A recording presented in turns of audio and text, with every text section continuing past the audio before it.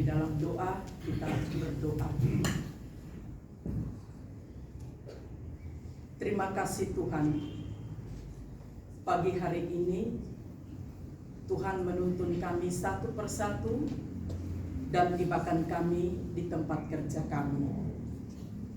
Sebelum kami memulai segala aktivitas kami datang berserah diri di bawah kaki Tuhan, membuka hati kami, mengaku akan segala keterbatasan kami, dan kami mohon petunjuk, nasihat, dan bimbingan yang jelas dari kebenaran firman yang tertulis yang akan kami bacakan bersama pada pagi hari ini. Urapilah hamba-Mu, pakai menjadi alat di tangan Tuhan, dan berkati kami semua melalui kebenaran firman Tuhan. Kami membutuhkan Tuhan di dalam kehidupan kami. Berfirmanlah ya Tuhan, kami menyambut kebenaran-Mu dengan ucapan syukur dalam nama Tuhan Yesus Kristus. Amin. Mari kita bersama-sama membuka Alkitab kita dari kitab Ulangan pasal 11. Ayatnya yang pertama hingga ayatnya yang ke-7.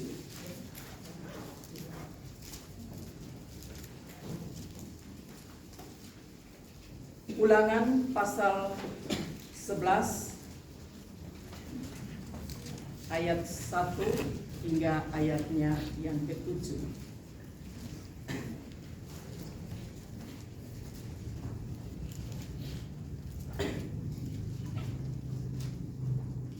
Jikalau sudah menemukan, kita akan membacakan perikopnya bersama-sama.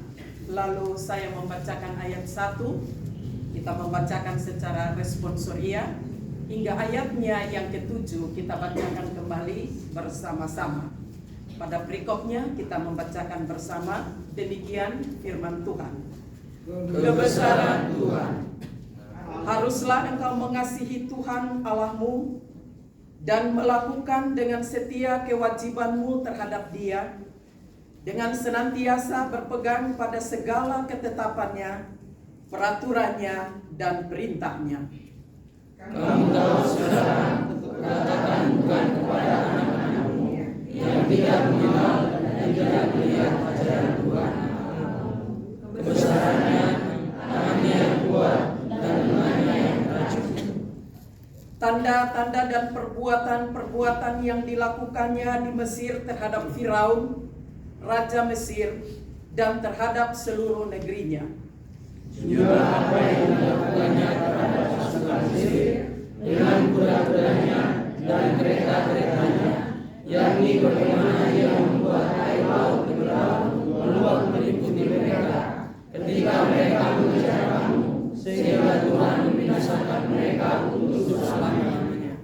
Dan apa yang dilakukannya terhadapmu di padang gurun sampai kamu tiba di tempat ini. Ulang apa yang dilakukannya terhadap Datan dan Abiram, anak Adia, anak Ruben, yakni ketika tanah mendapatkan buktinya, dan menelan mereka dengan seisi rumahnya, kemah-kemahan segala yang mengikuti mereka di tengah-tengah seluruh orang Israel. Bersama-sama, sebab matamu sendirilah yang telah melihat segala perbuatan besar yang dilakukan Tuhan. Demikian jauh pembacaan firman Tuhan bagi kita semua. Firman Tuhan berkata bahwa orang yang berbahagia adalah mereka yang membaca tetapi mempunyai kerinduan yang dalam untuk memperlakukan kebenaran firman Tuhan itu dalam kehidupan sehari-hari. Amin. Bapak, Ibu, dan saudara-saudara yang kekasih di dalam Tuhan kita Yesus Kristus, tentunya pada perikop ini kita sudah kembali diingatkan bahwa ini bukan saja dituliskan di dalam kitab Ulangan, tetapi kitab sebelumnya peristiwa ini terjadi. Oleh karena betapa pentingnya peristiwa ini, maka diulangi kembali untuk memperingatkan kepada umat Israel pada waktu itu, yang mana mereka telah melihat, mereka telah menyaksikan, mereka telah merasakan bagaimana perbuatan Tuhan yang ajaib di dalam seluruh arus perjalanan kehidupan mereka, dikala mereka diperhadapkan dengan kesukaran dan kesulitan. Tidak ada jalan keluar bagi mereka. Tetapi seperti yang dituangkan kembali di pasalnya yang ke-11 ayat 1 hingga ayatnya yang ke-4 tadi, kembali mengingatkan tentang apa yang Tuhan kerjakan bagi mereka, perbuatan besar yang sama sekali dengan kekuatan manusia, dengan logika manusia mengalami jalan buntu. Tidak ada jalan lagi kecuali pasrah, berserah, lalu lewat. Tetapi kita akan melihat bersama-sama bagaimana setelah Tuhan menolong dan mereka melihat banyak sekali keajaiban Tuhan di dalam kehidupan mereka, ternyata mereka masih saja melekat di dalam diri mereka ketidakpercayaan, tidak keyakinan, bahkan tidak mengingat lagi apa yang telah Tuhan buat di dalam kehidupan mereka. Itulah sebabnya Musa kembali menuliskan bagian firman Tuhan ini untuk mengingatkan mereka dan menyadarkan, mensadarkan mereka kembali atas apa yang telah Tuhan lakukan dalam hidup mereka. Karena mereka tidak akan bisa memahami dengan benar, dengan tepat, jikalau tidak ada kesadaran di dalam dirinya. Oleh karena itu kita akan melihat bersama-sama bagaimanakah sikap mereka terhadap perbuatan-perbuatan ajaib Tuhan, seperti yang dikatakan bahwa mengingkar janji, bahkan tidak melakukan dengan tepat dan benar, disebabkan oleh karena lebih cenderung untuk mengikuti apa kata hati, apa yang ada di dalam pikirannya yang sangat terbatas itu. Mereka justru memprioritaskan itu. Mereka menganggap bahwa apa yang mereka pikirkan itu yang terbaik, itu yang tepat, itulah solusinya. Tetapi ternyata gagal dan gagal. Sehingga pada akhirnya firman Tuhan ini kembali kepada umat Israel dalam konteks ini, mau mengingatkan kepada mereka supaya mereka kembali kepada Tuhan. Karena Tuhan punya rencana yang indah bagi mereka. Tidak saja hanya meluputkan mereka dari Teberau, tidak saja meluputkan mereka dari kekejaman Firaun, tidak saja menghempaskan mereka dan membawa mereka kepada kesukaran dan kesulitan pada waktu itu, tetapi di balik dari itu Tuhan mau menghantar mereka untuk terus masuk ke dalam satu pemahaman yang besar benar tentang kebesaran Tuhan yang akan melakukan perbuatan lebih besar lagi di sepanjang sejarah kehidupan manusia, sejak umat Israel sampai kepada kita sekarang dan yang akan datang. Tuhan dalam kebesarannya, Ia akan bekerja untuk merealisasikan karyanya yang terbaik dan teragung untuk manusia. Oleh karena itu, bagaimanakah sikap kita agar kita bisa dapat meresponi akan karya Allah, kebesaran Allah yang dikerjakan sepanjang waktu, setiap detik, setiap jam, setiap hari, bulan, dan tahun. Allah tetap bekerja untuk mendatangkan kebaikan bagi kita. Pertanyaannya, bagaimana caranya supaya kita tidak seperti umat Israel yang dengan mudahnya meneteskan air mata karena mendapatkan jawaban, lalu juga dengan mudahnya melupakan peristiwa-peristiwa agung dan besar itu Dan lebih daripada itu, tidak mengandalkan akan Tuhan dan kebesarannya yang sanggup melakukan perbuatan yang jauh lebih besar lagi bagi umat pilihannya. Oleh karena itu, ada petunjuk firman Tuhan bagi kita. Di pasal yang ke-11 ayatnya yang pertama. Haruslah engkau mengasihi Tuhan Allahmu dan melakukan dengan setia kewajiban terhadap Dia dengan senantiasa. Bapak dan Ibu, hal yang pertama, bagaimanakah supaya kita bisa dapat memahami, kita dapat sadar agar kita bisa memahami akan kebesaran Tuhan yang sementara ini sedang mempersiapkan dan akan memberikan kepada kita hal-hal yang besar. Yang pertama adalah mengasihi Tuhan.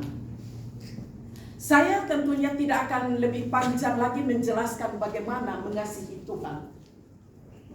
Tetapi untuk mengasihi Tuhan ini membutuhkan sebuah jawaban yang bukan jawaban basa-basi. Sebagaimana yang tertulis di dalam Perjanjian Baru, yaitu Injil Yohanes pasalnya yang ke-21 ayat 15 sampai dengan ayatnya yang ke-18. Ada percakapan antara Yesus dengan Simon Petrus. Dan di dalam percakapan itu, Yesus ingin untuk mempersiapkan Petrus, karena kepadanya Tuhan akan mempercayakan pekerjaan yang besar, yaitu menggembalakan domba-dombanya atau umat pilihan Tuhan. Namun di dalam komunikasi itu kita melihat bahwa respon daripada Petrus ketika menjawab pertanyaan itu. Pertanyaan pertama, kedua adalah pertanyaan yang dijawab oleh Yesus berdasarkan bahasa klise. Artinya bahwa udah, yang saya tahu begini, yang saya mau begini. Sehingga pertanyaan pertama, pertanyaan kedua pun Petrus belum begitu memahaminya. Dan ia membalas secara logika, ia membalas pertanyaan itu dengan pengandalan akan diri, bahwa ia pasti akan sanggup karena ia sudah belajar bersama dengan Yesus. Dia orang yang berani karena dia mampu untuk menghadapi orang-orang yang memusuhi Yesus pada waktu itu. Dengan pengandalan akan ini, ketika ia berhadapan dengan yang maha besar itu, dia menjawab, aku mengasihi. Tetapi sekali lagi, jawaban pertama dan jawaban kedua adalah basa-basi atau bahasa klise, karena itu berasal dari diri dan pendapatnya sendiri. Yesus mengajak dia lagi dan mengajukan pertanyaan yang ketiga. Maka pada pertanyaan yang ketiga, ia dihantar pada suatu kesadaran yang dalam, sehingga pada akhirnya bahasa klise itu berubah menjadi bahasa kalbu. Bahasa kalbu itu adalah bahasa yang betul-betul dipikirkan, dirasakan, merasa ada sebuah kesadaran yang dalam atas hikmat yang Tuhan beri kepada dia untuk menjawab apa yang menjadi maksud Tuhan. Itulah sebabnya jawaban yang ketiga keluar dari mulut Petrus. Aku mengasihi engkau. Bahasa kalbu seperti inilah yang dikehendaki oleh Yesus. Bahasa yang keluar dari hati yang ikhlas. Hati yang sadar betul-betul. Bukan hanya sekedar basa-basi. Tetapi jawaban ini dia dituntut dibawa dengan penuh kelembutan sampai pada akhirnya dia peka. Dan dia harus menjawab dari sini. Karena dari hatilah Roh Kudus bertahta, berkarya, dan mau memakai kita sebagai umatnya. Bapak dan Ibu yang kekasih di dalam Tuhan Yesus Kristus, Dari bagian firman Tuhan ini yang sering kita sudah dengar, bagaimana caranya untuk kita mengasihi Tuhan agar kita mampu melihat visi yang besar yang Tuhan persiapkan bagi kita, agar kita mampu melihat ke depan akan pekerjaan-pekerjaan yang Tuhan izinkan untuk kita lakukan, dan di dalamnya kebesaran Tuhan akan berkarya melalui kita untuk dapat merealisasikan atau mendapatkan hasil yang terbaik. Maka kita harus meresponi dengan berkata, aku memprioritaskan segala sesuatu dengan mencintai dan mengasihi Tuhan. Artinya bahwa aku berespon bahwa di dalam tugas dan pekerjaan yang Tuhan berikan kepadaku, aku tidak akan menyambut dengan kekuatanku, hikmatku, kebolehanku, tetapi aku mau berserah kepada Tuhan, dan aku mau meminta kepada Tuhan, buatlah aku untuk mengasihi Engkau lebih dalam, dengan memahami akan apa yang Tuhan mau, apa yang Tuhan rancangkan bagi saya yang terbaik untuk saya lakukan. Maka itu harus disambut dengan bahasa kalb. Yang kedua, bagaimanakah supaya kita bisa dapat mengerjakan pekerjaan yang besar? Bagaimanakah kita bisa dapat memperoleh hasil yang terbaik? Masih pada ayat yang tadi kita sudah bacakan. Berpeganglah pada segala ketetapannya, peraturannya, dan perintahnya. Berpeganglah pada segala ketetapan dan segala perintahnya. Bapak dan Ibu, kalau kita membaca sejarah Israel itu, seperti yang saya sudah katakan waktu yang lalu, bahwa tidak pernah luput dari yang namanya peperangan, dan tidak pernah luput dari yang namanya kesulitan. Justru di dalam kesulitan, keterbatasan, maka Tuhan memberikan kepada mereka firman dan ketetapan kepada Jimmy, supaya itu menjadi pedoman, itu menjadi acuan bagaimana kita harus menjalani segala sesuatu yang Tuhan izinkan kita ada di dalam dunia dan lakukan itu. Karena kasih-Nya Tuhan dan mengetahui betapa terbatasnya manusia, maka kita dianugerahkan yang namanya peraturan atau hukum-hukum, aturan-aturan, undang-undang yang diberikan untuk menolong kita agar ketika kita manusia yang terbatas cenderung di dalam mengikuti keinginan daging dan hati kita yang tentunya bersalah, maka ada patokan, ada standar, ada aturan yang harus kita lihat dan kita selaraskan kembali. Tujuan daripada peraturan itu sebetulnya untuk menolong dan menyelamatkan kita. Itu peraturan. Kalau saja bangsa Israel, Musa bersama-sama dengan umat pilihan Tuhan, kalau mereka tidak taat pada apa yang dikatakan oleh Tuhan, aturan Tuhan, saya percaya bahwa mereka pasti akan tenggelam di dalam laut Teberau. Mereka pasti akan binasa di bawah kekuasaan Raja Firaun yang tidak pernah berkompromi dengan siapapun juga. Tetapi oleh karena ketaatan Musa terhadap peraturan itu, Musa sadar betul. Dia tahu bahwa dengan peraturan itu, damai akan meresponi dengan baik. Peraturan itu sangat menolong. Aturan yang datang dari Tuhan itu pasti sudah dipikirkan yang terbaik. Tuhan tidak pernah merancangkan yang tidak baik. Di dalam seluruh aturan Tuhan itu, pada dasarnya untuk menolong dan menyelamatkan umatnya. Itulah sebabnya Musa begitu taat kepada peraturan itu. Sehingga walaupun hanya satu arah saja, di depan laut Teberau, kiri kanan, muka belakang, sudah tidak ada jalan keluar. Tetapi ketaatannya pada perintah Tuhan, kamu harus menyeberangi itu. Apapun yang terjadi tidak dilihat dengan kasat mata dan belum dibuktikan. Mereka mengambil keputusan untuk mengikuti peraturan atau petunjuk arahan daripada Tuhan. Sehingga betapa besar kita melihat mujizat Tuhan bekerja dan menyelamatkan mereka, bukan?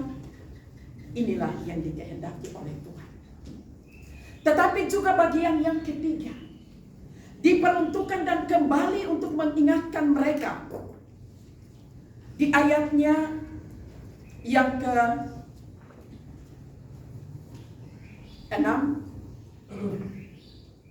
pula apa yang dilakukannya terhadap Datan dan Abiram, anak-anak Elia, anak Ruben, yakni ketika tanah mengangakan mulutnya dan menelan mereka dengan seisi rumahnya, kemah-kemah dan segala yang mengikuti mereka di tengah-tengah seluruh orang Israel.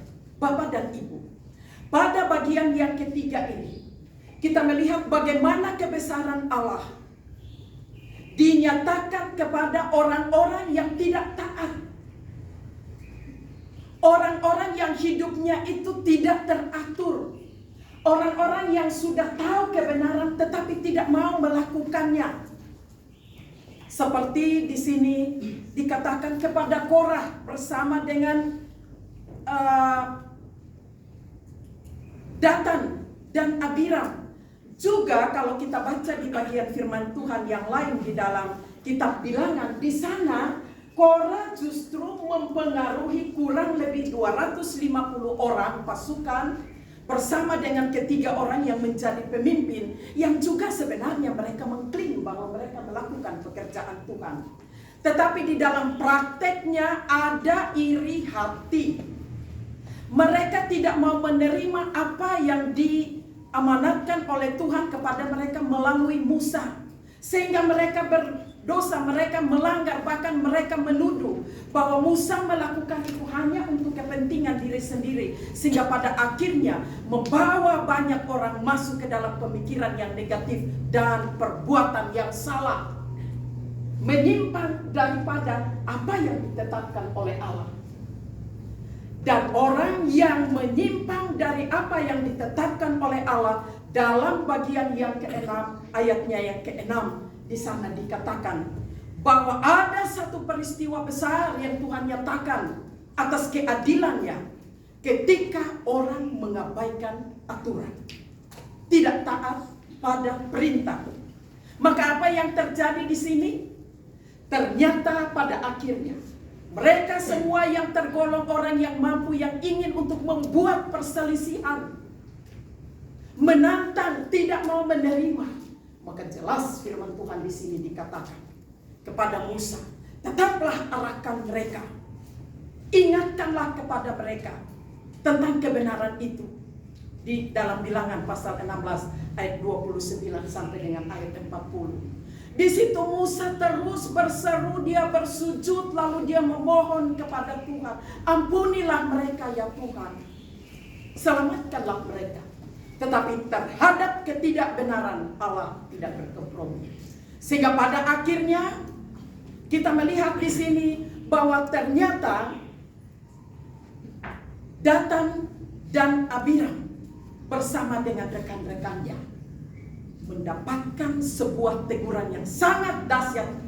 Dan pada akhirnya dalam Alkitab mencatat bahwa terbukalah tanah, lalu mereka semua ditenggelamkan, mati binasa. Dan sebelum itu Tuhan sudah katakan, pisahkan orang-orang yang hidup taat dan mau melakukan kehendak Tuhan. Pisahkan.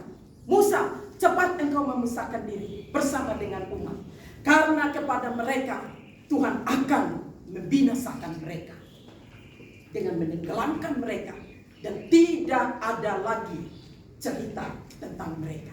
Bapak dan Ibu, seluruh mahasiswa, dari kebenaran ini mengingatkan kepada kita, jangan pernah main-main dengan aturan, karena aturan itu telah dipikirkan baik-baik untuk menolong dan menyelamatkan kita agar kita selamat agar kita sukses, agar kita bisa dapat melakukan perbuatan-perbuatan yang besar. Itu peraturan. Kalau peraturan diberikan, mestinya kita sambut, terima kasih Tuhan. Aku sangat terbatas, aku tidak mampu, tetapi Engkau memberikan petunjuk kepadaku yang jelas melalui kebenaran firman Tuhan.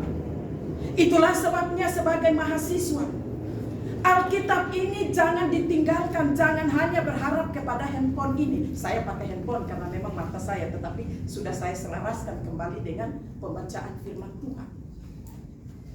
Alkitab ini mencatat kepada kita betapa banyak janji pernyataan Tuhan bagi kita.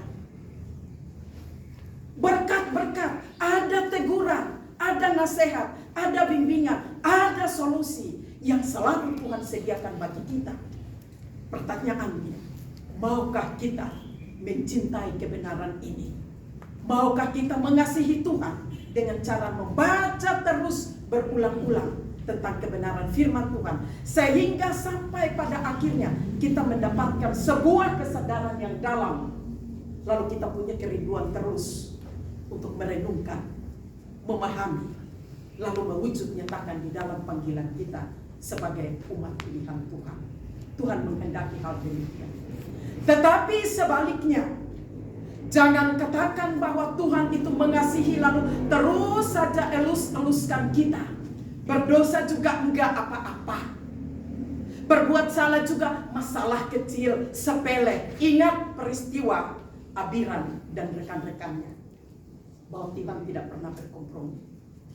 Artinya bahwa jikalau kita sudah tahu kebenaran itu, lalu kita tidak melakukannya, maka Tuhan akan menyatakan kehendaknya.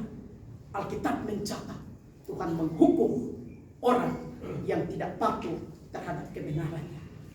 Aturan itu kita sudah buat, tentunya kita juga sulit untuk melakukannya.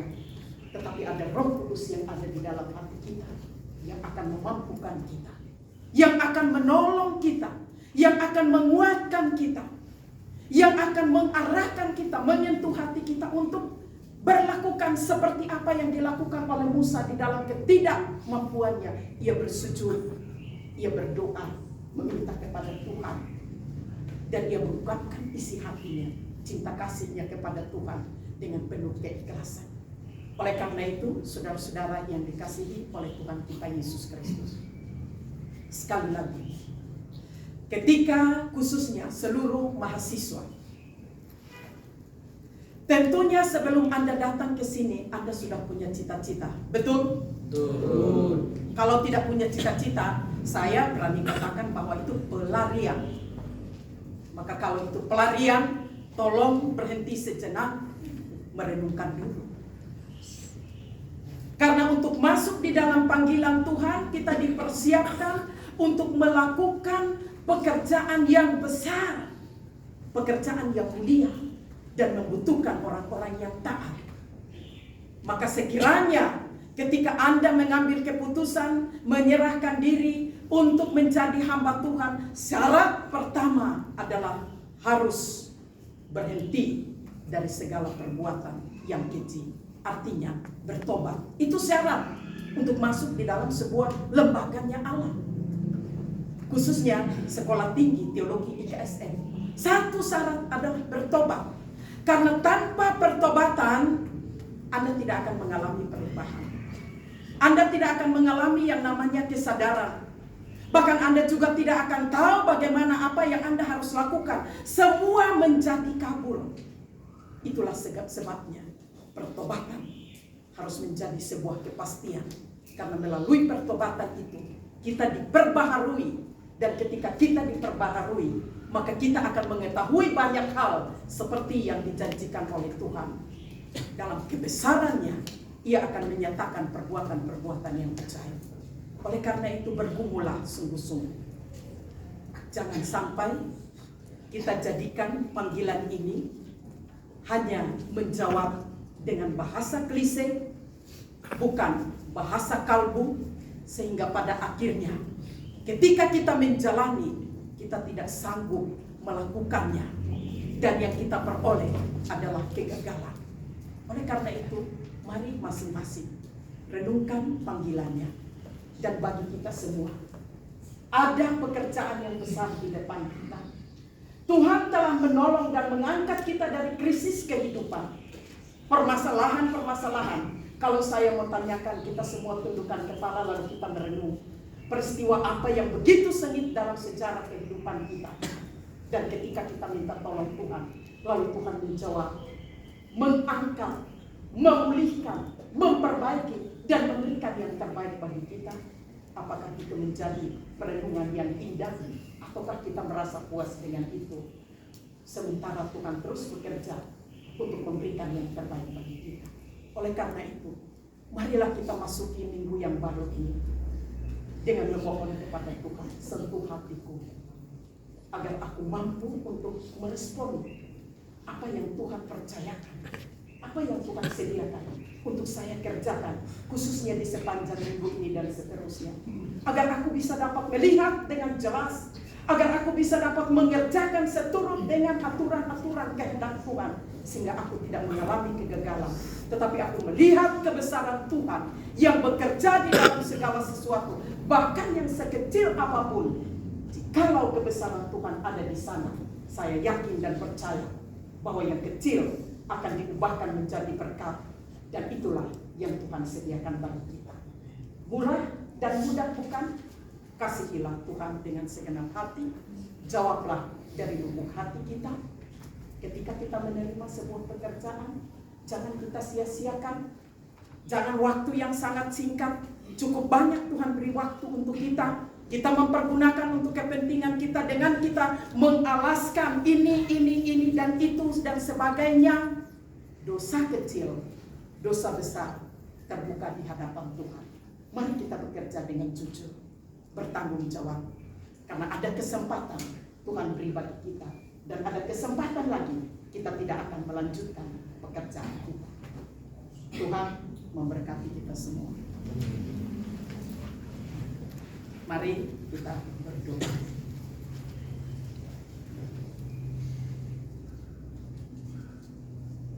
Ya Tuhan,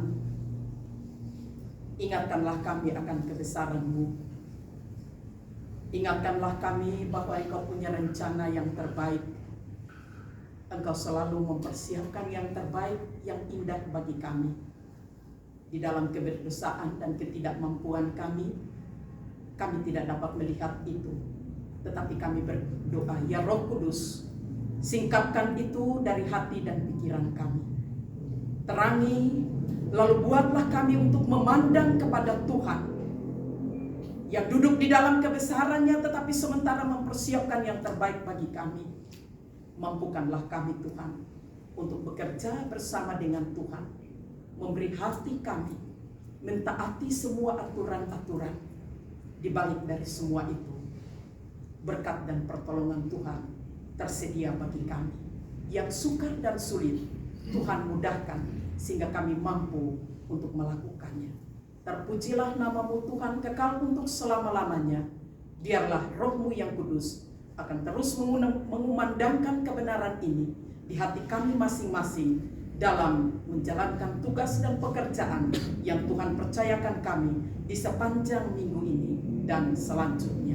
Dalam nama Tuhan Yesus kami bersyukur. Amin.